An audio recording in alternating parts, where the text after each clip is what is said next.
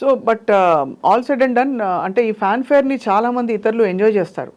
కానీ జగన్మోహన్ రెడ్డి గారు అసలు all he enjoys is seeing that happiness in people. Happiness. నేను మొన్న వెళ్ళి మాట్లాడుతున్నప్పుడు కూడా అంతా మంచిగానే ఉంది కదమ్మా, అంతా బాగానే ఉన్నారు కదమ్మా, ఇది ఫస్ట్ నన్ను అడిగిన ఫస్ట్ క్వశ్చన్. అసలు నేను అంతే, ఆ మంచి కావాలి ఆయనకు, అంతే. మనం ఆనందంగా ఉన్నావా లేదా కావాలంతే. 3 పూట్ల తింటున్నావా, ఆరోగ్యానికి కరెక్ట్గా ఏమీ లోటు లేకుండా అంతా జరుగుతున్నాయా, అంత బాగున్నామా, కుటుంబం బాగుందా. కాకపోతే ఆయన కుటుంబం పెద్ద కుటుంబం, అంతే. చాలా పెద్ద చాలా పెద్ద కుటుంబం, కోట్ల మంది. సో యాక్చువల్లీ ఇప్పుడు భారతి గారు కూడా అదే డెడికేషన్తో క్యాంపెయిన్లో పాల్గొంటున్నారు కదా. What the choose you I'm sure. నేను అసలు ఆవిడని కూడా డెఫినెట్గా ఫాలో అవుతూ ఉంటాను. అండ్ నా ప్రతి పోస్ట్లో నేను భారతి గారిని కూడా డెఫినెట్గా ట్యాగ్ చేస్తాను. నాకు ఆ హస్బెండ్ అలా పని చేయగలుగుతున్నారు అంటే బికాస్ ఆఫ్ హర్ అని నా ఫీలింగ్. మన ఇంట్లో మొగుళ్ళు మామూలుగా 1 గంట లేట్గా బయటకు వెళ్ళి వస్తేనే జనరల్ లేడీస్ సైకాలజీ మాట్లాడుతున్నా నేను. ఏం నువ్వు అసలు మమ్మల్ని వదిలేసి ఇలా మొత్తం బయట తిరుగుతున్న ఫ్రెండ్స్ అంటావు, అదంటావు, ఇదంటావు అని జనరల్ లేడీస్ సైకాలజీ మనం మాట్లాడేది. కానీ ఆవిడ ఎంత సాక్రిఫైస్ చేయకపోతే ఆయన ఇలా చేయగలుగుతారక్క. అబ్సల్యూట్లీ. కానీ ఇప్పుడు నేను అడగాలి శ్యామల, ప్లీజ్. మరి యాక్టివ్గా పాలిటిక్స్, ఒక పబ్లిక్ లైఫ్, యాక్టింగ్లో నువ్వు ఉండి కంటిన్యూ అవ్వడానికి నీ వెనక ఎవరున్నారు? నా వెనక నా ఫ్యామిలీ ఉందక్క, మా అత్తగారి కుటుంబం. మేము ఉన్నాము, ఏమైనా పర్వాలేదు.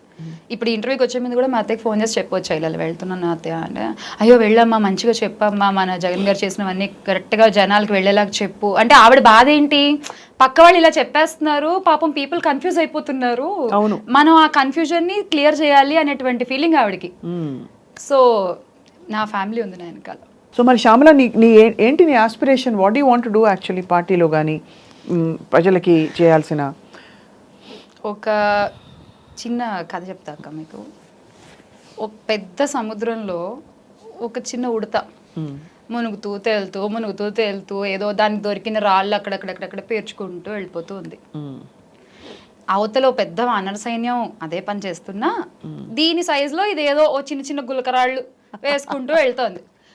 చేసే ఉడతకి తెలీదు అది రామసేతు, అది సీత కోసం ఈ సైన్యం అంతా కలిసి పనిచేస్తున్నారు అని ఆ ఉడతకు తెలీదు.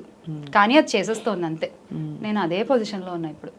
Very very honest that you said that. అంటే బికాజ్ నీకు ఆశయం ఉంది and also you have that good feeling about this whole thing, but you are saying I'm willing to learn.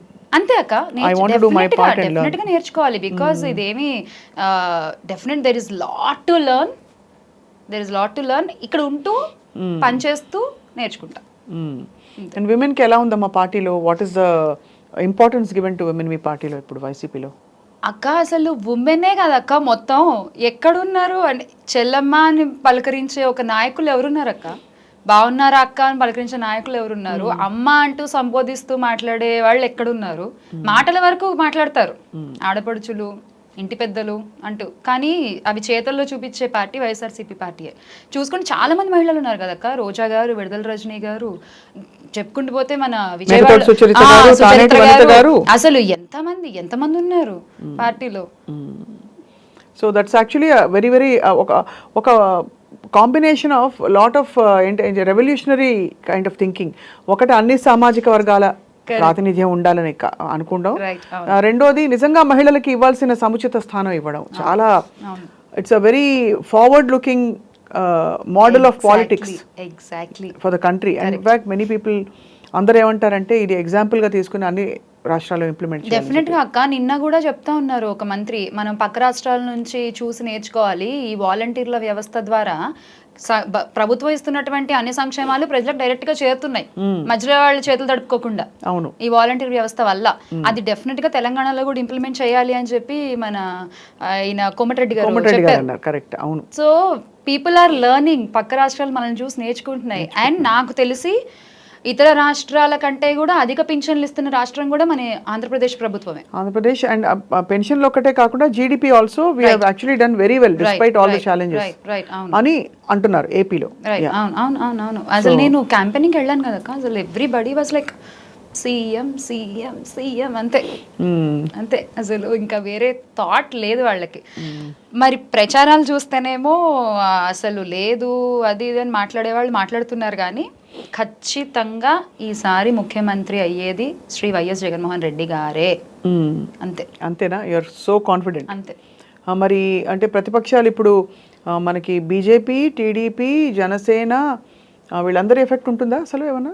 అదే అక్క చెప్తున్నా కదా, మాటల వరకు ప్రజలు కూడా తెలివి మీరారు అక్క. మాటల వరకు చెప్తారు, సరే అండి ఓకే మేము మీకేస్తాం అని కూటమి కబుర్లు చెప్తారు, కానీ ప్రతి సామాజిక వర్గంలోనూ జగనన్న మార్క్ ఉన్నప్పుడు, ప్రతి పేదవాడి గుండెల్లోనూ జగనన్న ఉన్నప్పుడు, ప్రతి పేదవాడి ఇంట్లో 5 ముద్దలు నోట్లోకి వెళ్తున్నాయి అంటే దానికి కారణం జగన్మోహన్ రెడ్డి గారు అయినప్పుడు, ప్రతి రైతు కూడా పంట పండించుకుంటూ సంతోషంగా ఉన్నాడు, ఎటువంటి అప్పులు లేకుండా. మన రైతు అప్పులు కూడా చూసుకుంటే జగనన్న ప్రభుత్వంలో పెద్దగా లేవు, ఆకలి చావులు లేవు. సో ఇవన్నీ చూసుకుంటే ఓటేసే ముందు ఒకసారి ఆలోచించరా అక్క? మనస్సాక్షి ఉండదా? ఉంటుంది, ఉండాలి. అంటే ఉండవలసిన సమయం వచ్చి ఉంటుంది, గ్యారంటీగా ఉంటుంది, డెఫినెట్ గా ఉంటుంది అక్క. ఇప్పుడు మనం ఒక ప్రొడ్యూసర్ దగ్గర డబ్బులు తీసుకుంటున్నాం అంటే నెక్స్ట్ సినిమా ఆయన అడిగినప్పుడు ₹1 తక్కువ చేస్తాం మనం. అవును, because we'll have that gratitude. ఆ బేసిక్ గ్రాటిట్యూడ్ ఉంటుంది ప్రజల్లో అయితే చాలా ఉంది. But who are all these people? మరి పార్టీ పొలిటికలీ మోటివేటెడ్గా అలిగేషన్స్ చేయడము వీళ్ళందరూ, సో వాళ్ళు ఏమైపోతారు? Did you ever wonder? ఇప్పుడు గుడ్ అక్క, ఉండాలి. అలా అడిగినప్పుడు అలా ఎలిగేషన్స్ చేస్తున్నప్పుడు జనాలకు ఒక థాట్ క్రియేట్ అవుతుంది, ఆ థాట్కి ఆన్సర్ మళ్ళీ జగనన్నే అవుతారు.